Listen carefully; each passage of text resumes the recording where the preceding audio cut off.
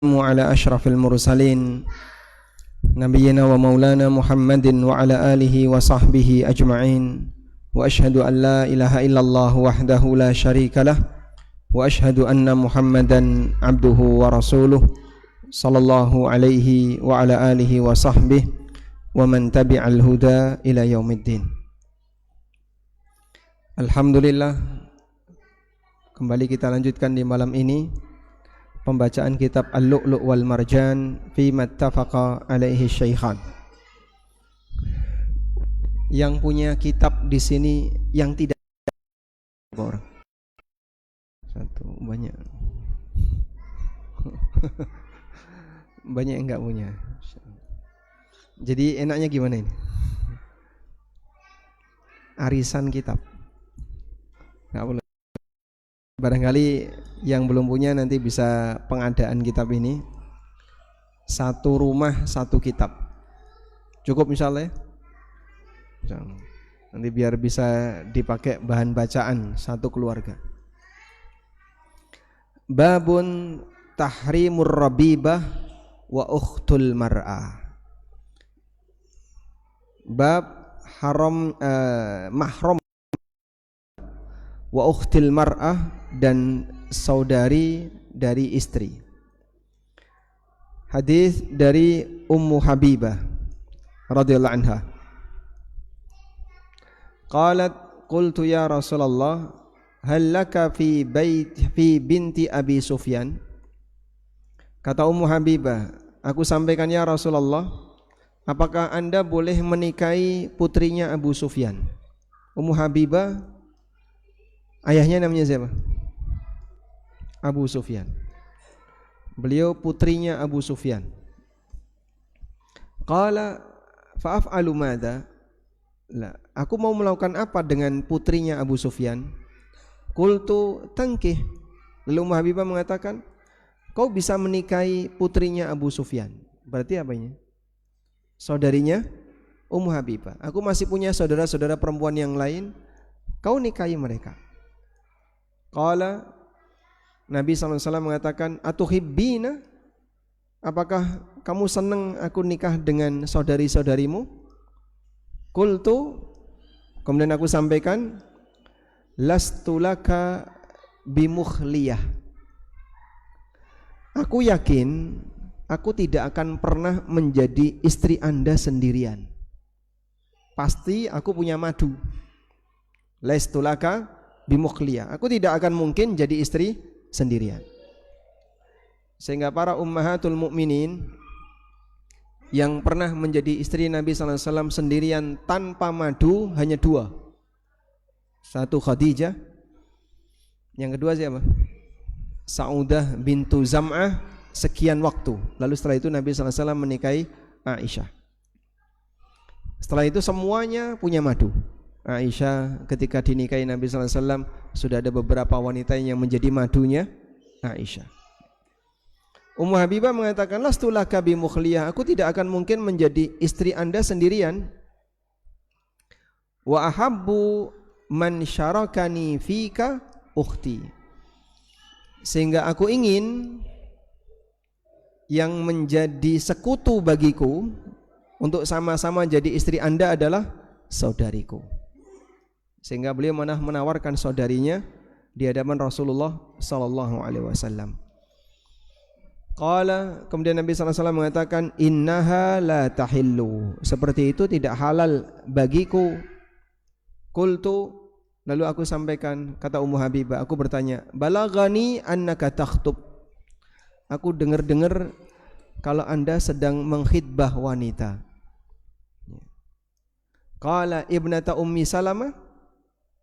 Nabi SAW bertanya, apakah yang dimaksud adalah putri Ummu Salamah? Ummu Salamah apanya Rasulullah SAW? Ya, Ummu Salamah dengan Nabi SAW apanya? Istrinya. Putri Ummu Salamah, qultu na'am. Kemudian aku sampaikan, iya, ada kabar burung kalau Nabi SAW akan melamar putrinya Ummu Salamah, padahal ibunya jadi istri beliau sallallahu alaihi wasallam. Qala, kata Nabi sallallahu alaihi wasallam, "Lau lam takun rabibati ma hallat li." Andaikan putri Ummu Salamah itu bukan Rabibah bagiku, ya, maka beliau halal bagiku. Tapi karena statusnya Rabibah, anak tiri, maka putrinya Ummu Salamah tidak halal bagiku. Arda'atni wa abaha Thuwaibah. Aku pernah disusui, demikian pula bapaknya wanita itu. Bapaknya wanita itu siapa namanya? Abu Salamah. Itu pernah disusui oleh Thuwaibah. Aku dan bapaknya wanita itu pernah disusui oleh Thuwaibah. Berarti apa hubungan Nabi SAW dengan putrinya Ummu Salamah? Kok bulat nih? Bulat di sini. Hah? Apa? Keponakan persusuan. Jadi Nabi SAW dengan Abu Salamah ini saudara sepersusuan. Abu Salamah punya anak. Apa hubungannya anak perempuan dengan Nabi SAW? Keponakan sepersusuan. Fala ta'ridna alayya banatikunna wala akhwatikun. Kan kepadaku putri kalian atau saudari kalian. Baik. Dan ini contoh bagaimana semangat ummahatul mukminin untuk mencarikan pasangan bagi suaminya, bagi Rasulullah SAW, sampai saudarinya diajukan. Daripada nanti yang jadi istri beliau wanita yang lain, sudah saudari saya saja. Sampai ada berita dengar-dengar Nabi SAW menghitbah wanita, ternyata salah orang. Padahal wanita itu masih ada hubungan mahram dengan Rasulullah SAW. Jadi nanti kalau bapak pulang denger-denger mau ngelamar, nggak usah didengerin, karena pasti hoax. Iya Pak. Baik. Selanjutnya, coba kita lihat hubungan mahram dalam hal ini. Di antara wanita yang haram dinikahi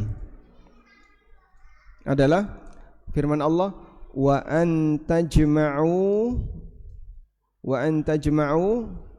bainal ukhtain, wa an tajma'u bainal ukhtaini illa ma qad salaf. Engkau atau kalian tidak boleh menggabungkan dua wanita yang bersaudara, baik saudara kandung, saudara sebapak maupun saudara seibu. Enggak boleh digabungkan dalam satu dengan seorang lelaki. Illa ma qad salaf, kecuali kejadian yang terjadi di masa silam. Ma qad salaf, kecuali yang sudah berlalu. Sehingga di masa jahiliyah dulu, sebagian di antara lelaki jahiliyah itu poligami. Dia nikah dengan wanita, adiknya, kakaknya, budenya, bulenya, satu lelaki. Baik. Nah, para ulama mengatakan ini tidak hanya terbatas pada dua wanita yang bersaudara, termasuk juga seorang wanita tidak boleh digabungkan dengan, kita coba tulis di sini, saudarinya. Terus siapa lagi? Bibinya. Terus siapa lagi? Neneknya misalnya ya. Kemudian siapa lagi? Putrinya. Lalu siapa lagi? Keponakannya. Ya. Nah, kemudian ini bisa dijadikan sebagai kaidah. Wanita tidak boleh dipoligami dengan wanita yang lain yang andaikan ya, andai ini lelaki, maka semua ini adalah mahram. Semua ini adalah mahram. Andaikan istrinya ini adalah lelaki, maka semua ini adalah mahram. Saudarinya, bibinya, neneknya, putrinya, keponakannya, ya termasuk ibunya,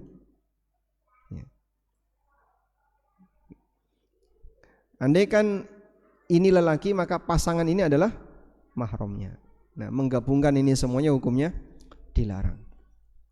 Walaupun yang disebutkan dalam nas dalil Al-Quran, Allah hanya menyebutkan wanita dengan saudarinya. Namun dikiaskan dalam kondisi yang sama adalah semua wanita yang apabila andaikan lelaki ini adalah andaikan wanita-wanita yang lainnya adalah mahramnya. Nah, menggabungkan ini hukumnya tidak boleh. Bisa dipahami insyaallah? Nah. Baik. Selanjutnya ada namanya robibah. Robibah.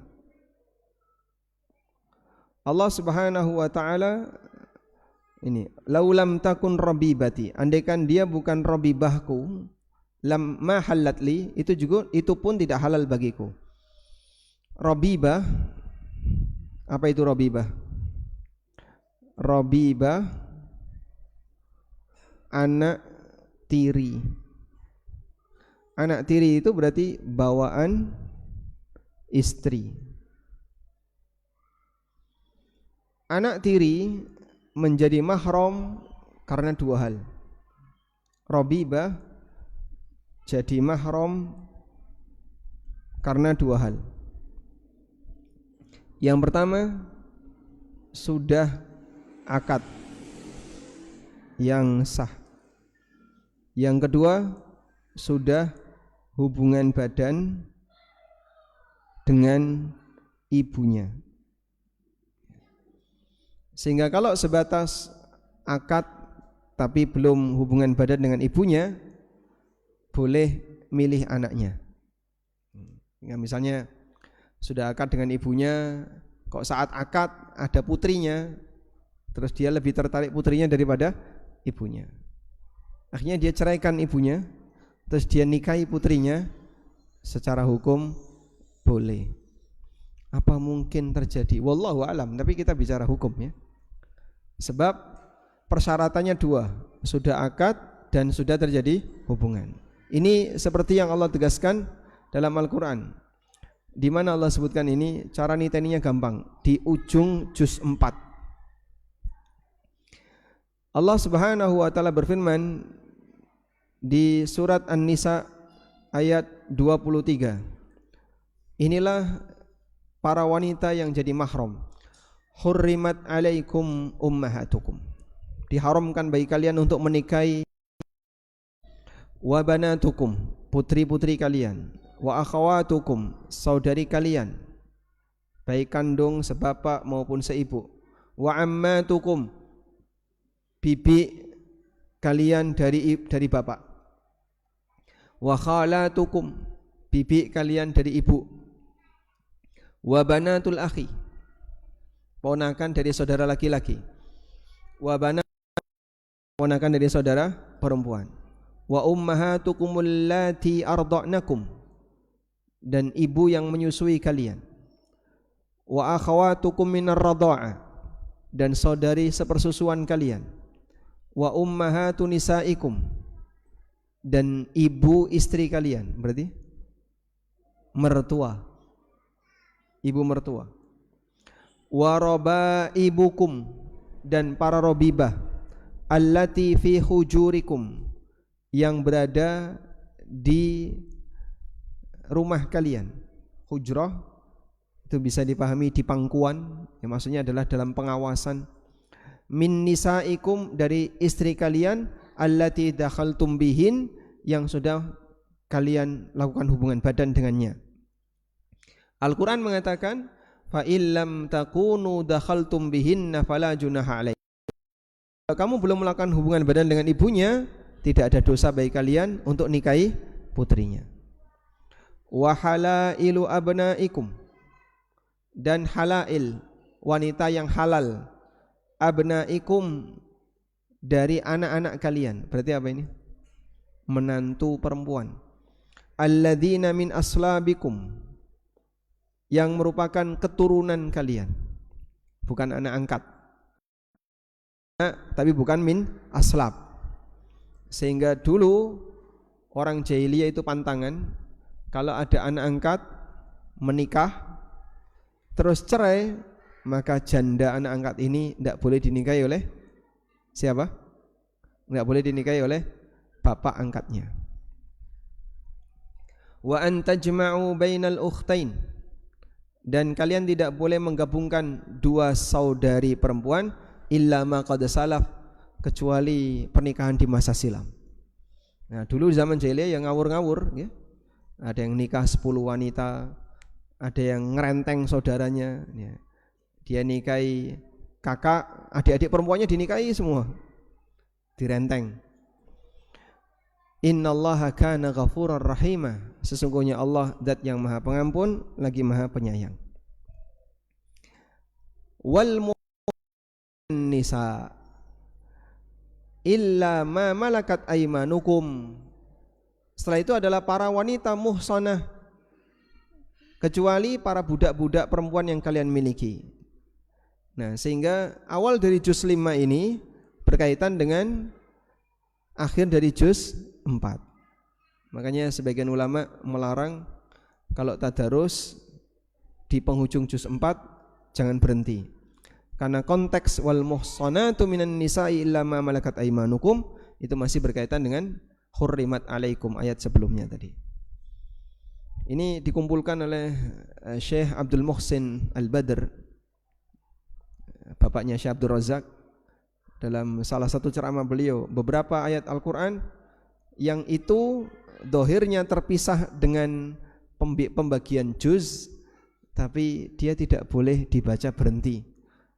Dalam arti tutup juz 4 wis rampung, hari keempat Ramadan tutup, juz 5-nya besok, memutus konteks.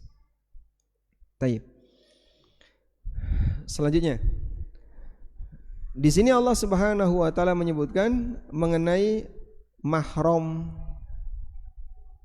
karena pernikahan. Mahram karena pernikahan. Ada siapa saja mahram karena pernikahan? Satu, ada siapa saja tadi? Mertua. Mertua sah sebagai mahram hanya dengan akad yang sah dengan putrinya. Sehingga begitu seorang lelaki sudah mengatakan qabiltu nikahaha wa taswijaha, sudah selesai. Setelah itu pisah, dia tidak ketemu dengan istrinya, maka dia sudah menjadi mahram bagi mertuanya. Dia sudah menjadi mahram bagi ibu mertuanya, hanya dengan akad sah dengan putrinya, walaupun belum terjadi hubungan badan. Yang kedua, menantu.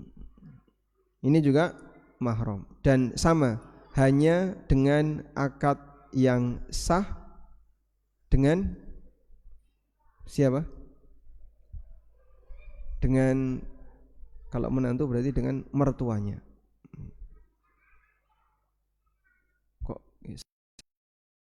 Hanya dengan akad nikah yang sah. Jadi begitu sudah terjadi akad nikah yang sah, maka menantu sudah jadi mahram.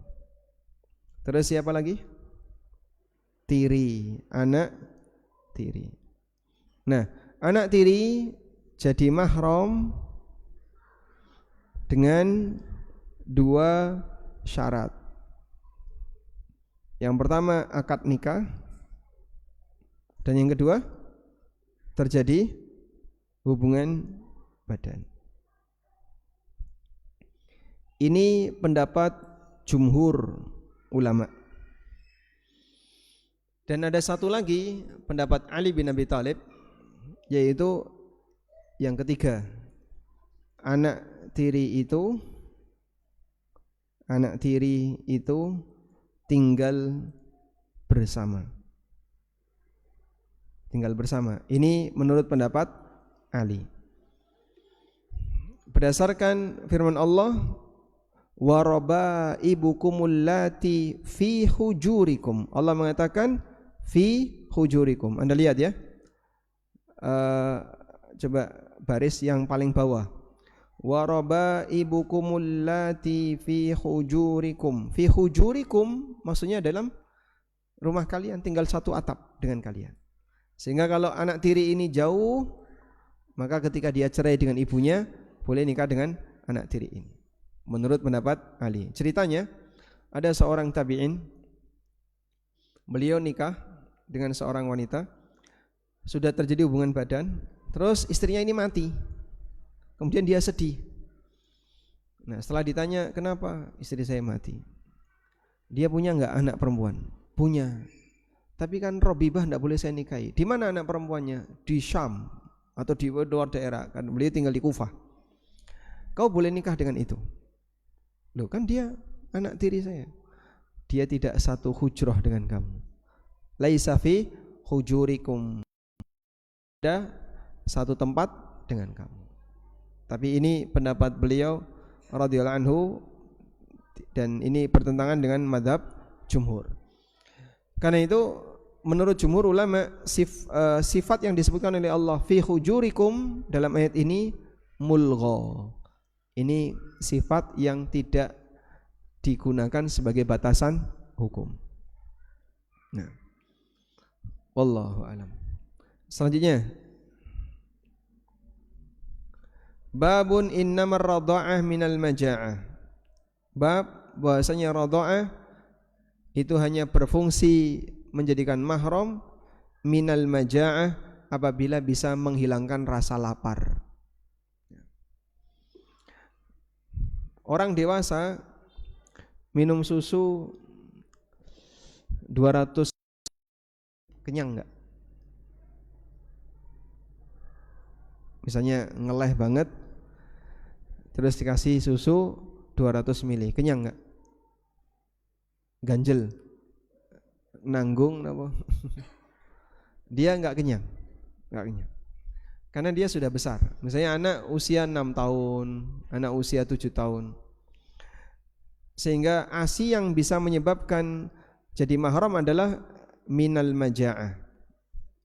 Dan untuk bisa disebut minal maja'ah, yaitu bisa menghilangkan rasa lapar apabila usianya 2 tahun ke bawah.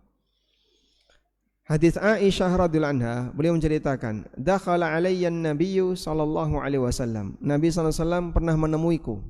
Wa indi rajulun. Sementara di dekatku ada seorang lelaki. Qala, lalu aku bertanya. Nabi sallallahu alaihi wasallam bertanya, "Ya Aisyah, man hadza?" Wahai Aisyah, siapa dia? Qultu, Aisyah mengatakan, "Akhi minar radha'ah." Dia saudara sepersusuan. Ya Aisyah. Kemudian Nabi sallallahu alaihi wasallam mengingatkan, "Wahai Aisyah, undurna man ikhwanukunna fa innaman radha'atu minal maja'ah." Wahai Aisyah, perhatikan dengan baik saudara-saudara sepersusuan kamu, karena persusuan itu bisa menjadi mahram minal banja'ah apabila dia menghilangkan rasa lapar. Dan itu persusuan 2 tahun ke bawah.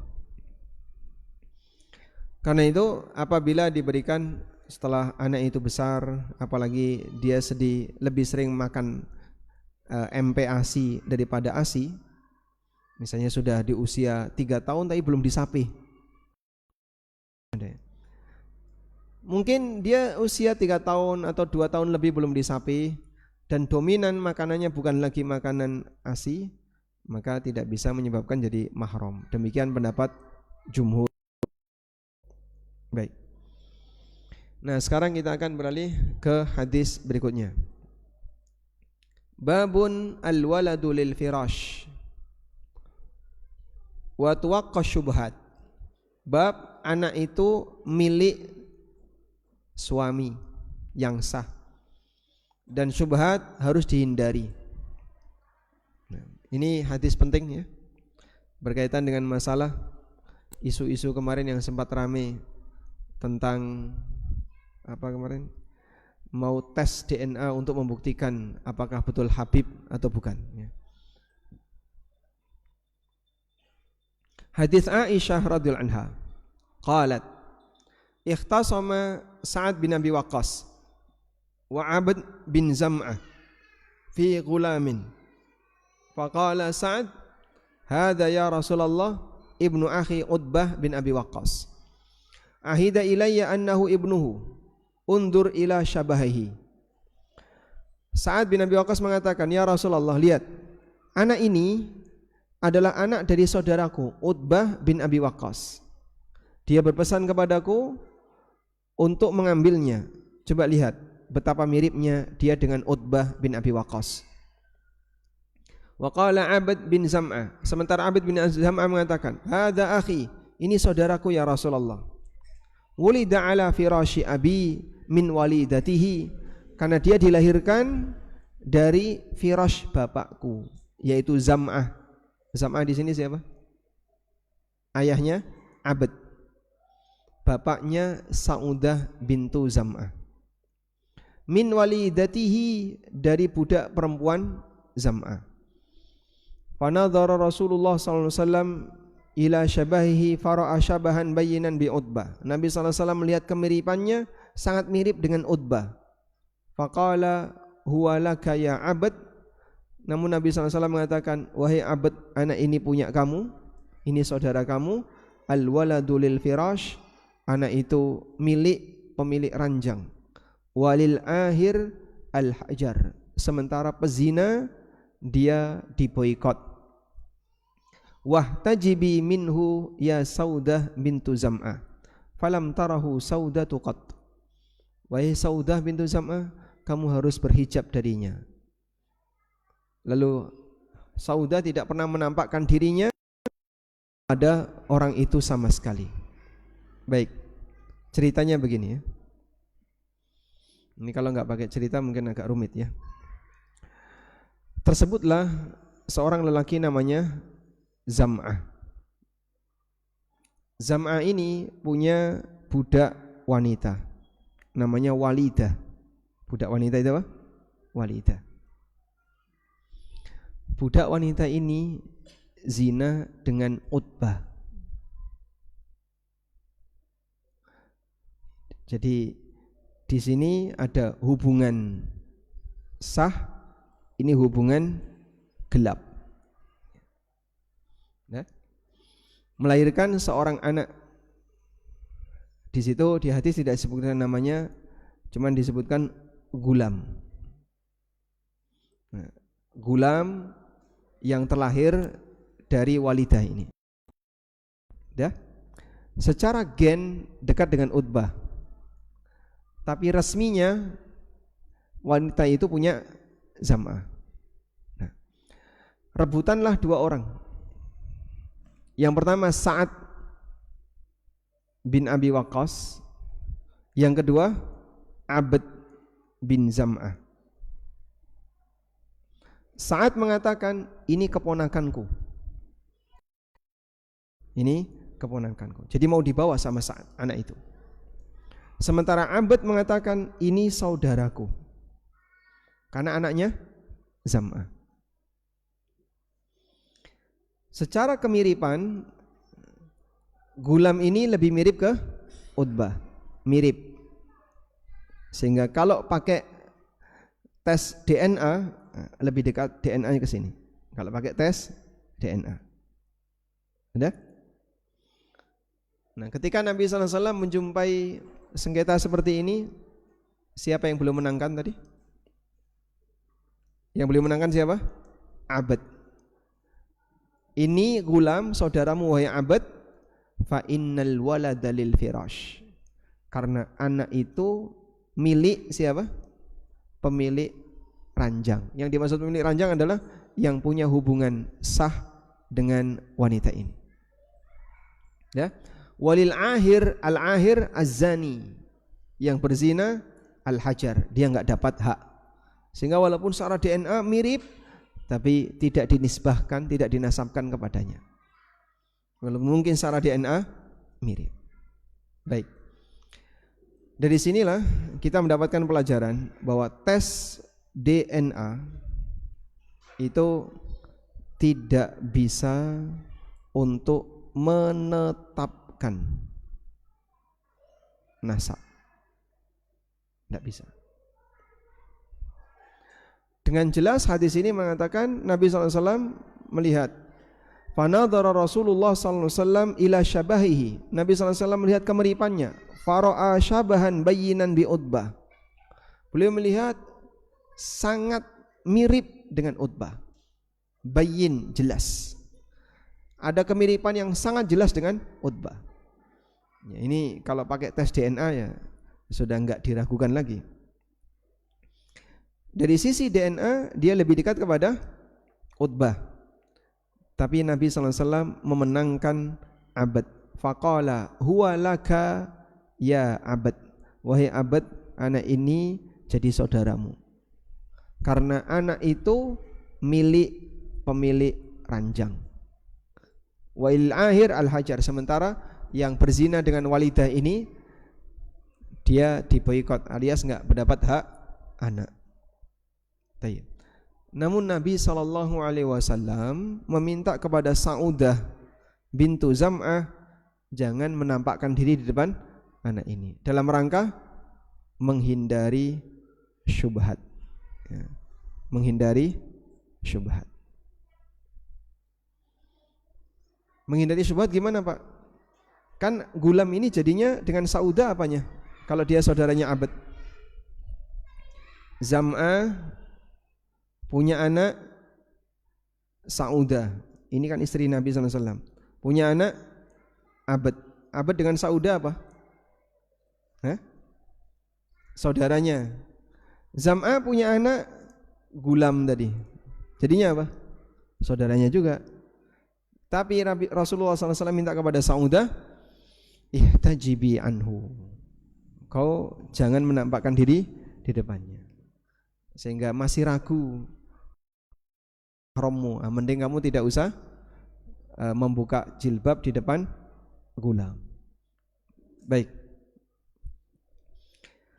Dari sinilah kalau tes nasab itu tidak bisa, tapi bisa untuk menolak nasab.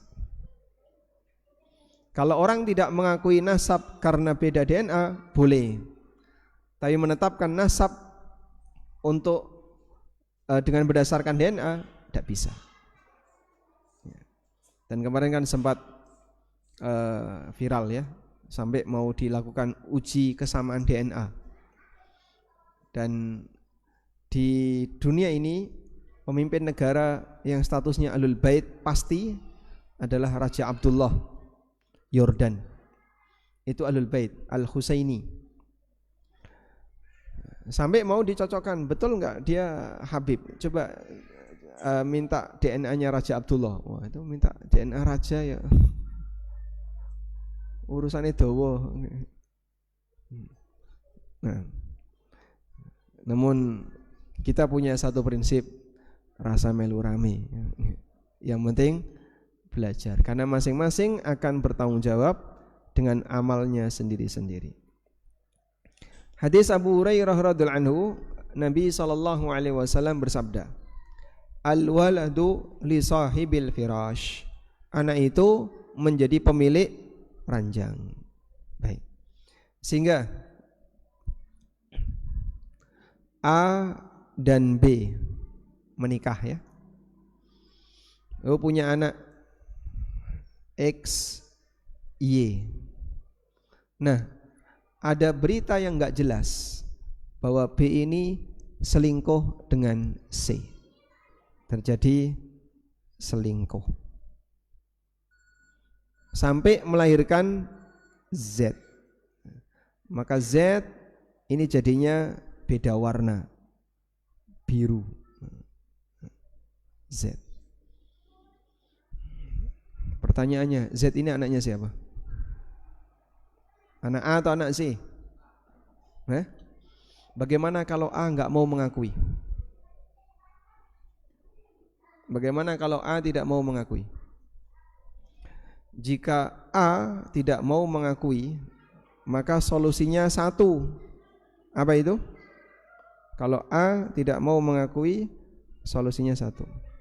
Jika A diam, maka Z, jika A diam ya, maka Z dinasabkan ke A. jika A tidak mau mengakui wajib li'an. Nah, solusinya ini. Saya yakin Z bukan anak saya. Kalau begitu kamu jangan diam. Lah terus lapor ke pengadilan, saya mau li'an. Nanti dia menyampaikan tuduhan bahwasanya istrinya berzina. Dan ketika li'an itu diterima dengan proses li'an yang ada, maka nanti anak ini tidak dinasabkan ke A, tapi anak ini dinasabkan ke B, sehingga dia nggak punya bapak. Z nanti jadinya anaknya B saja, single parent tanpa bapak. Wallahu alam. Insyaallah di pertemuan berikutnya ini ya,